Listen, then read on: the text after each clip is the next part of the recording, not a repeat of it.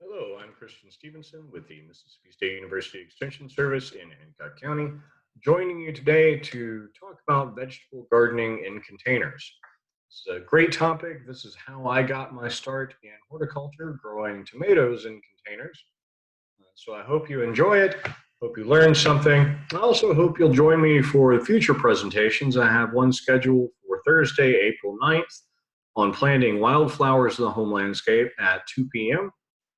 I should have several others coming up in the near future, so I hope you join me, as well as look at other presentations and other opportunities with MSU Extension. You can find those on our Facebook page for Mississippi State University Extension, which is a great resource for you, as well as the Mississippi State University Extension Horticulture Hub, which will have more information. So I want to begin by talking about why vegetables in containers make sense and some of the advantages of growing your vegetables in containers. One of those is that if you just have a small space, growing vegetables in containers is a really good opportunity. You can get a lot of vegetables into a relatively small area. And if you need to use that area for something else, you can move the pots, use that area for whatever else you're doing, move them right back into place, and get a lot of use out of the space that you have. Another advantage of growing vegetables in containers is if you have difficulties with your soil, if like a lot of us here in Mississippi, you have heavy clay soils or a lot of sand, growing your plants in containers lets you get out of that and get into some really productive soil that's in those containers, as well as avoid some of the problems that you might have with soil-borne diseases or nematodes. By producing your own soil, having that in a container, you just avoid a lot of those problems. Another advantage, if you're dealing with insects and things like that, having really good access to the plant because it's there in a container makes pest management a lot easier. Another great advantage of growing vegetables in containers is because we're really closely managing the soil, really managing our fertilization and our watering.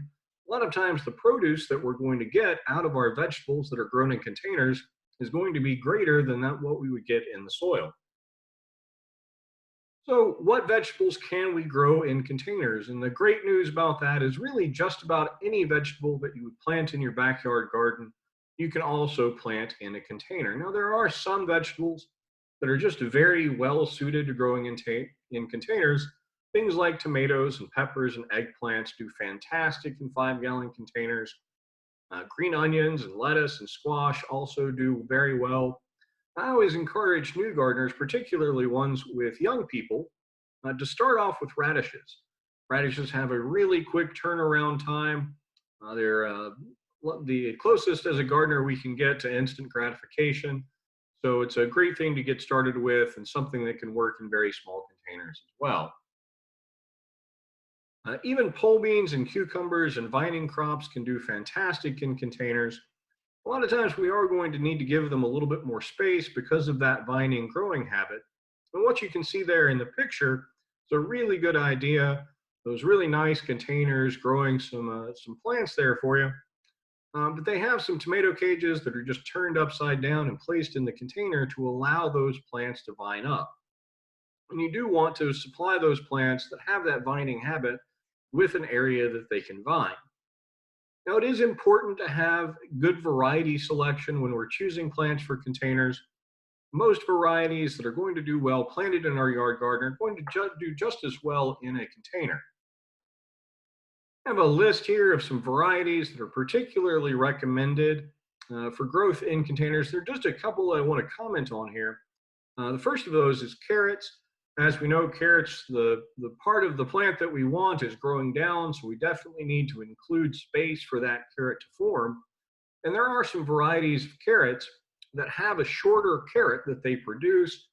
From varieties like Littlefinger and Thumbelina are very well designed for containers because they produce a shorter carrot. Similar to that, tomatoes grow fantastically well in 5-gallon containers. There are some varieties of tomato like Patio and Pixie that are dwarf varieties of tomatoes. And so you can grow those in smaller containers. They are a smaller plant, still produce wonderful tomatoes. in a smaller area. They work fantastically well in 2-gallon containers or even in salad tables and other structures like that. When you're choosing a container, just about anything that will hold soil and allow drainage for water, if it's big enough, it's something that you can use to grow your vegetable plants. The size of the container is going to vary according to what you're growing and the space you have available. Just about every vegetable crop, like tomatoes and peppers and eggplants, a 5-gallon container is going to be the most suitable size for you. While a 1 or 2-gallon container can work very well for things like chard and other leafy vegetables, things like dwarf tomatoes. Even smaller container sizes, there's space for them, growing herbs and lettuces and radishes. We have a chart here of some different container sizes and what they're appropriate for different kinds of vegetables. And you can see things like cucumbers and eggplants, peppers and tomatoes, even your squash and your zucchini, you're going to need a 5-gallon pot to give them enough space to grow well. Carrots can do fantastic in even just a 1-gallon pot for 2 to 3 plants, so long as that pot is 2 to 3 inches deeper than the length of the carrot. Things like broccoli do well in a 2-gallon pot, green beans as well. And so you have a variety of different container sizes, you have room for a variety of vegetables that you can grow. We're going to talk a little bit more about different kinds of containers. There's a lot of variety out there and a lot of options for what you can grow in, everything from the classic terracotta pots up to sub-irrigated containers. The only requirements that we have for a container is it includes drainage holes that'll hold our soil, and the size of it needs to match the plant that we're going to grow. Now, ideally, we want our containers to match or complement the decorations that we have around or our architecture.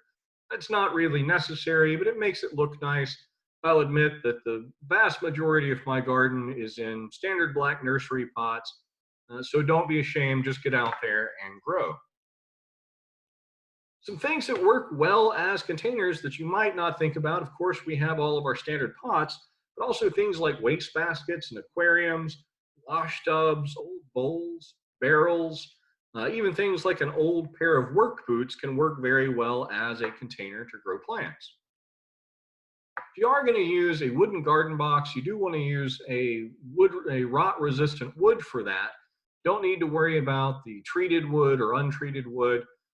It's very chemically stable, and you're not going to have any problems with leaching back into the soil.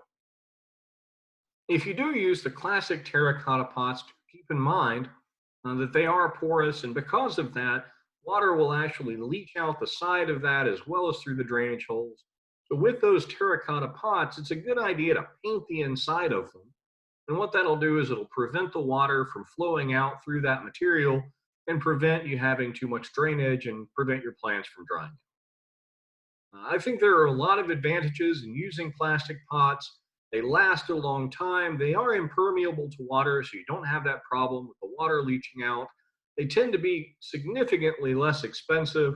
And if you've got a bunch of them, having to move them around can get a bit of a trial. So having those plastic pots be lighter is another great advantage. Here are some different ideas for things that can be repurposed as pots. When I first got started growing vegetables, where I started was in 5-gallon buckets, and they work fantastically well. You do need to, of course, make your drainage holes in those, and I'll show you that in just a minute. But you can also here see some recycling bins that have been recycled to grow a garden, and a fantastic idea for growing seedling or dwarf tomato plants using those tomato tins. Some other things that you could possibly use include one of those tote bags that you get.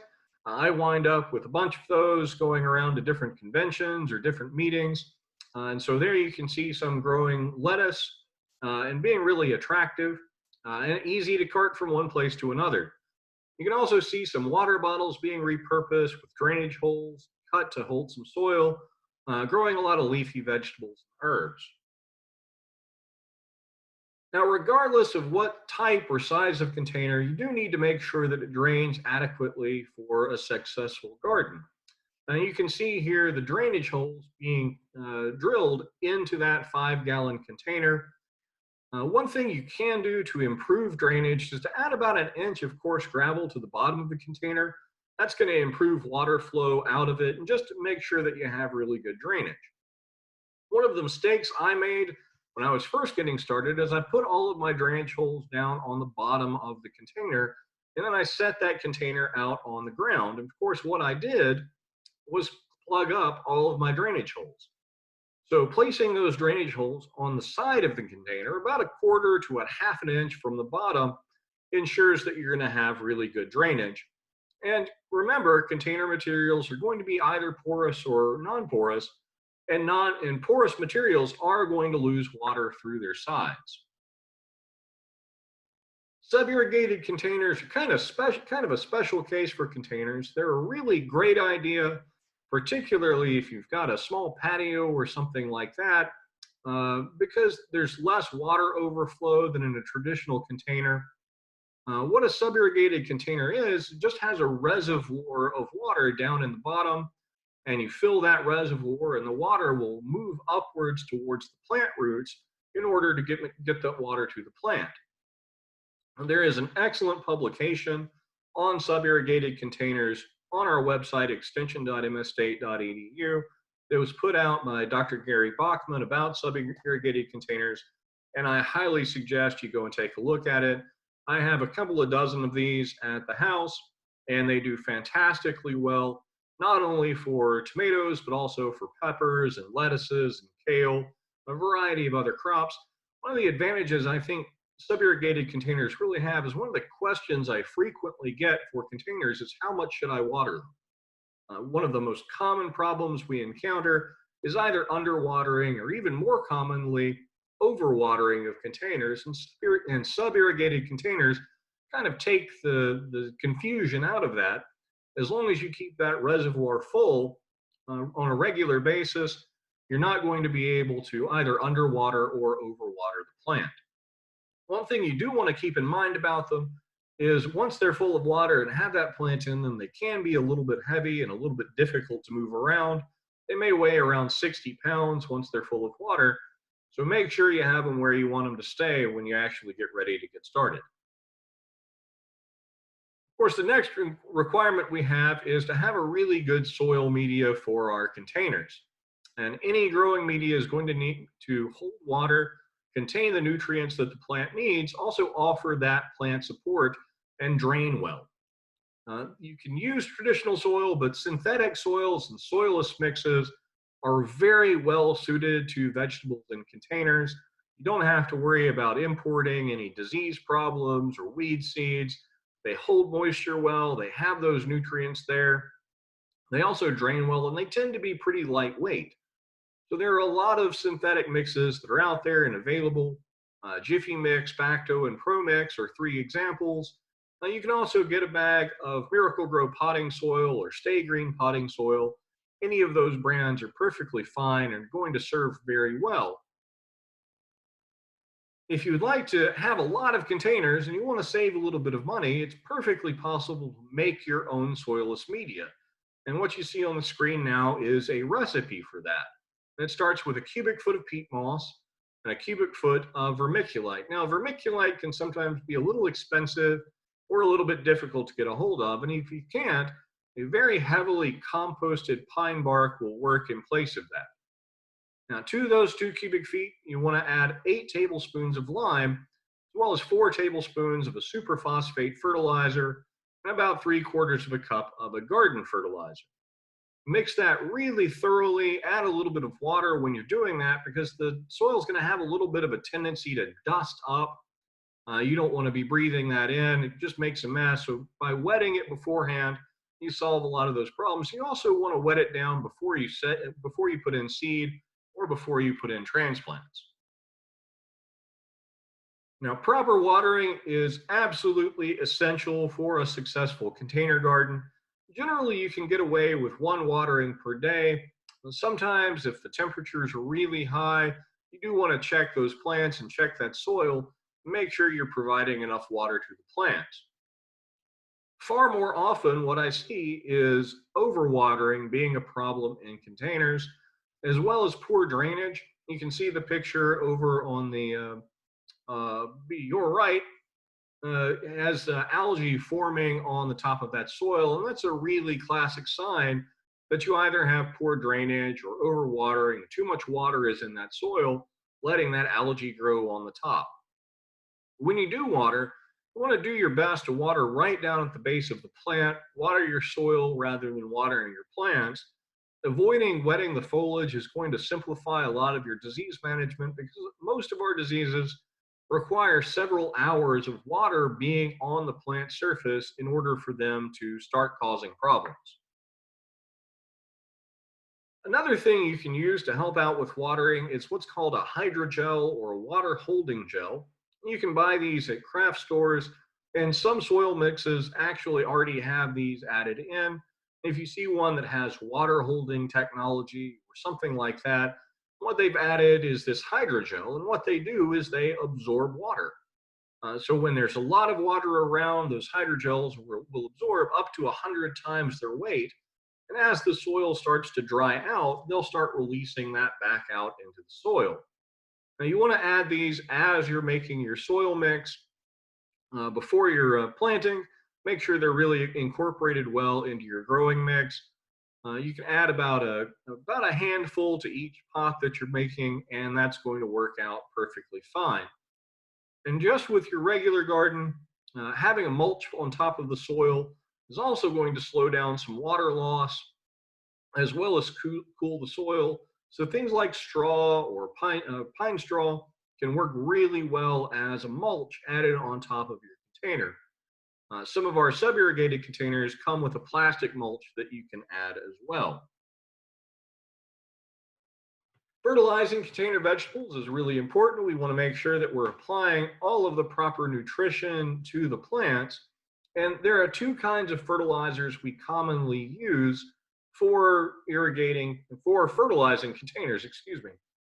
So available fertilizers are either going to be time release or water soluble. And a time release fertilizer releases those nutrients into the soil slowly, comes as a pellet. A really popular brand for that is Osmocote. There are a range of brands out there that you can use. One of the most common formulations is going to be a complete fertilizer that's 14, 14, 14, which means it's 14% nitrogen, 14% phosphorus, and 14% potassium. And so that's going to release that nutrient into the soil for as long as 3 to 9 months after you put that soil together.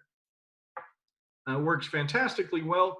I also use water-soluble fertilizers.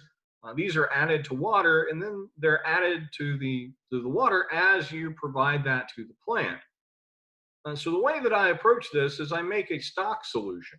So I start off with the fertilizer that I'm using, and sometimes that'll be a 10-20-10 product or a 12-24-12. And what you'll notice is that middle number, the phosphorus, is about twice what you see for the other two nutrients. That's perfectly okay if you're using something like 20-20-20. That's another really common formulation you'll see for these water-soluble fertilizers. So what I'll do is I'll make a stock solution. This is a really strong solution. We wouldn't want to apply this to the plants. It's going to be too strong. We make that stock solution by adding 2 cups of our water-soluble fertilizer to a gallon of water. Now, in order to apply that to the plant, we need to dilute it again, but that process is really straightforward. All we need to do is take about 2 tablespoons of that concentrated solution, add that to a gallon of water, and that's what we're actually going to apply to the plant. Now, one of the questions I got previously was how long that solution will last, that stock solution will last, before you might need to throw it out. You don't have to worry about the fertilizer in it going bad. You do want to make sure that there's no evaporation, so that stock solution is not getting stronger and stronger as the water goes away. And you also want to make sure that there's no contamination in it. Sometimes bacteria or things can get into it. You can see algae forming in that fertilizer solution. So you want to throw it out if that starts to happen. But otherwise, keep it in a cool place, ideally out of the sun. Keep it in a closed container, and that stock solution can last you a significant amount of time. When you're applying those water-soluble fertilizers, you want to apply them to the plant weekly. If you're using transplants, you start the day that you put those transplants out. If you're starting plants with seed, which I absolutely do encourage you to do, you don't need to apply that fertilizer until you see the plants emerging. It is a good idea occasionally to add a solution containing minor elements, things like boron and iron and manganese that the plant needs may not be supplied by one of our other fertilizers. Sunlight, of course, is another major requirement for growing plants, and we do have an advantage in container gardens that we can place that container garden right where we would want it to go and make sure that it's going to have all the sunlight that it needs. Most of our vegetable plants, all of our tomatoes and squash and peppers and eggplants are going to grow better in full sun than they would in shade. Now, when we use the term full sun, that can be a little bit confusing. What we mean when we say full sun is that plant needs about 6 to 8 hours of sun a day. Ideally, it's better if we get that sun early in the day. We give the plants morning sun rather than afternoon sun. So if you're placing your containers in an area where they get a little bit shaded in the afternoon, that is perfectly okay. Some vegetables that are harvested for their leaves, things like kale and spinach and chard, can even tolerate a little bit more shade than that. Now, there are some common problems that come up in container gardening, and I'd like to take a few minutes just to mention some of those. One of those, particularly for people who start our plants from seed, is occasionally we will see the plant get really long and thin as it's growing, have that really long, thin stem, and then occasionally it'll just flop over once it gets too long. Almost every time I've ever seen that, that is a result of there not being enough light for the plant. Now, the plant wants to reach out and get sunlight. So as it's not getting enough light, it starts to grow taller and taller and taller in the attempt to reach sunlight. So if you see that plant that's really long and spindly, what we call leggy, what you want to do is make sure you start your seeds and put them in an area where they're getting a little bit more sun than that. That's going to put an end to that problem. Now, it's also possible that you may have way too much nitrogen applied to the plant, but that's not something I see very often. It's certainly not something that I see very often with seedlings. Another common problem we see in containers is the plants yellowing from the bottom and wilting. That yellowing from the bottom up is really characteristic of a common problem for containers, and that's overwatering. So as the plant is overwatered, the roots start to become stressed and they give off a signal that starts to tell the plant that they're in trouble, and the plant responds by yellowing at those leaves closest to the ground. So if you start to see your plants yellowing from the bottom up, I encourage you to first of all check your soil, make sure the plant's not too wet, check and make sure your drainage is good, there's nothing blocking the drainage from the pot, and possibly reduce the amount that you're watering to prevent this problem. Another common problem that comes up is what we call a marginal necrosis of the leaves. And you can see that in the picture there. What we mean by marginal necrosis is just the edges of the leaves starting to die. This is another really characteristic problem we see when the salt levels in the pot, salt levels in the soil are too high. This can be a result of there being too much fertilizer over a period of time. So what we want to do to fix this problem is just add water, let water run through that plot, and allow that fertilizer to run out of the soil. That's going to reduce those salt levels and let the plant be healthy again. Another common problem is plants being stunted or having a sickly purplish color. And again, this is a problem I see very frequently in seedlings, a little bit less commonly in mature plants. In seedlings, it's usually a sign that a part of the plant was exposed to cold. Often people will put their seedlings in a window, and the plant might be laying up against the glass. We have a cool evening, and the part of the plant that's exposed to that low temperature turns purple. And the plant will recover perfectly fine so long as you move it away from that source of cold. Another problem that we may have and again, more commonly in adult plants necessarily than in seedlings, is if there's not enough phosphate fertilizer, that plant can turn purple like that. A few tips for successful container gardening. One thing that I'm very fond of doing is not using more soil than I have to. And by using filler in the bottom of the pot, you can both avoid the cost of some of that soil, but you can also lessen the weight of those pots if you're going to have to move them around. Most vegetable plants are only going to require about 8 inches to a foot of growing media. So if your pot is any deeper than that, that soil is not being used by the plant. So you can fill that with some other material that's going to be less expensive or lighter and have better success with your gardening. The suggestion here is things like pine cones or water bottles or styrofoam peanuts. I'm not a really big fan of water bottles or styrofoam peanuts from previous experience, but I think pine cones work fantastically well. They're free if you have any pine trees around. If you have a neighbor that has pine trees, often they'll be very glad to have you come and pick up their pine cones for them. And they're going to break down over time, and you're not going to have a mess you're going to have to clean up later. When you are growing plants in containers, particularly early in the year or as we get towards the end of the fall, you do want to make sure you protect your plants in containers from cold temperatures. Container grown plants are going to be more susceptible to cold damage because more of the plant is going to be exposed to the cold temperatures. So one of the advantages of a container garden is that if you are going to have an evening when it's too cold, you can pick up that plant, move it into a protected area like a garage or a shed, and then take it out after the cold passes. You can also use windscreens, but oftentimes we will wind up wrapping the plant in order to protect it. If you are going to do that with a container, you want to make sure that you wrap the entire plant. And that means wrapping the container as well to protect the root system from the cold. One other practice that works very well if you have a cold period of time coming on is grouping your containers together. You can kind of huddle them together, provide them a little bit more insulation from those cold temperatures. You can have a problem with pots falling over, particularly if we have a windy day or if you have taller plants or vining plants.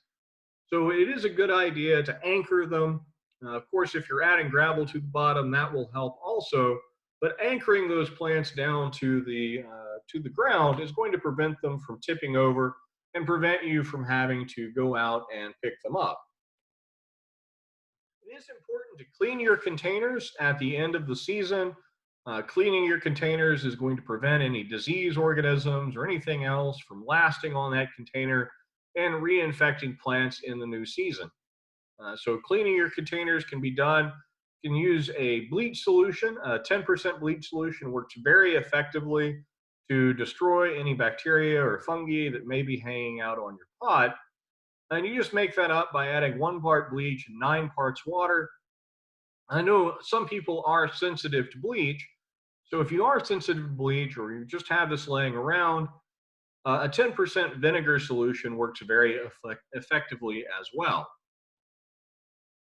One thing you can do to improve drainage is raising your pots off the ground, putting them on legs or bricks or coasters, anything like that is going to improve your drainage, protect the surface of the container from the bottom. You can see there some pallets being used for that purpose, and some containers will actually come with wheels or supports to keep them up off the ground. Now, vegetables, of course, aren't the only thing that you can grow in your containers. One thing that works fantastically well is an herb garden. So you can grow all of your mint and sage, thyme and rosemary. Really, any herb does fantastically well in containers, and they work very well and are very attractive grouped together in containers as well. It's a great thing to put right outside your kitchen door.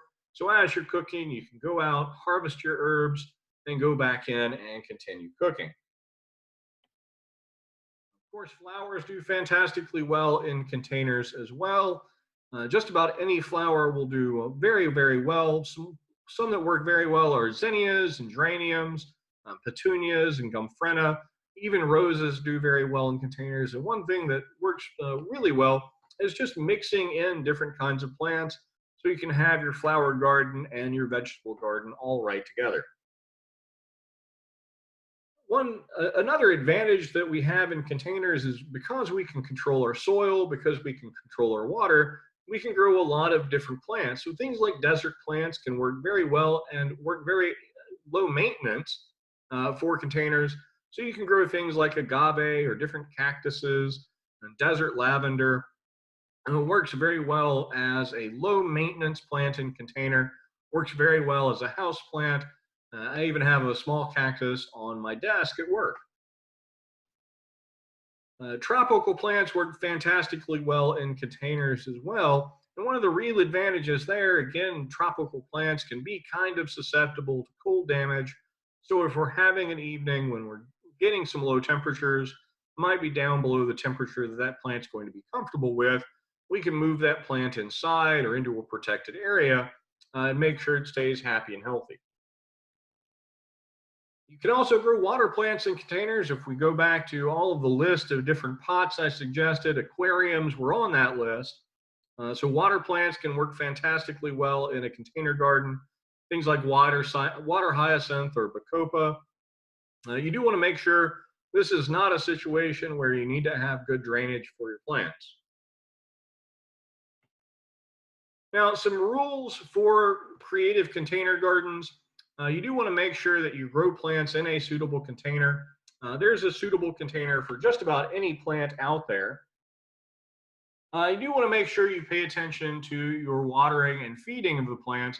Containers are going to need more water and feeding than a plant would if it's in the ground because it's more exposed. With all of the only place it can get water is if you're giving it to it.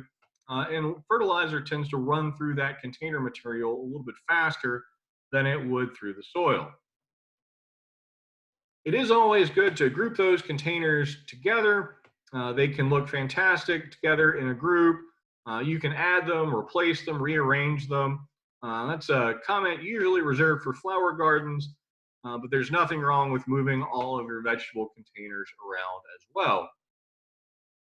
If you are growing permanent plants, you can grow single season plants as an accent to them. Use that one plant per pot and group the pots if you have small plants or just like to have that grouped appearance. Again, make sure you have that winter protection, protect against spring frosts, protect against those temperatures at the early part of the fall. Do make sure you put those permanent plants in a proper size container. Put them in a small container and move it up as the plant gets larger. I am definitely guilty of this. I have probably let containers overpower my home, so don't be ashamed, because I think really the most important rule we can have for gardening, and Christian's rule one of gardening, is that it's your garden, so you grow what you want, and grow what you want in what you want. So thank you for joining me today for this presentation. I hope you've enjoyed it. I hope you'll enjoy joining me for future presentations on this format and any of the others that we have the opportunity to use. Thank you very much. Again, I encourage you to look on our Facebook page for Mississippi State University Extension and Mississippi State University Extension Horticulture Hub. We have some great information on our website as well. I encourage you to check out the Garden Tabloid. It has a host of information that's extraordinarily valuable for vegetable gardeners. And check out that publication on sub-irrigated containers by Dr. Gary Bachman. And feel free to contact me if you have any questions, as well as your county extension agent, wherever you are, as we're sheltering in place. But as Dr. Gary Bachman has told us, gardening is not closed. So thank you and have a wonderful day.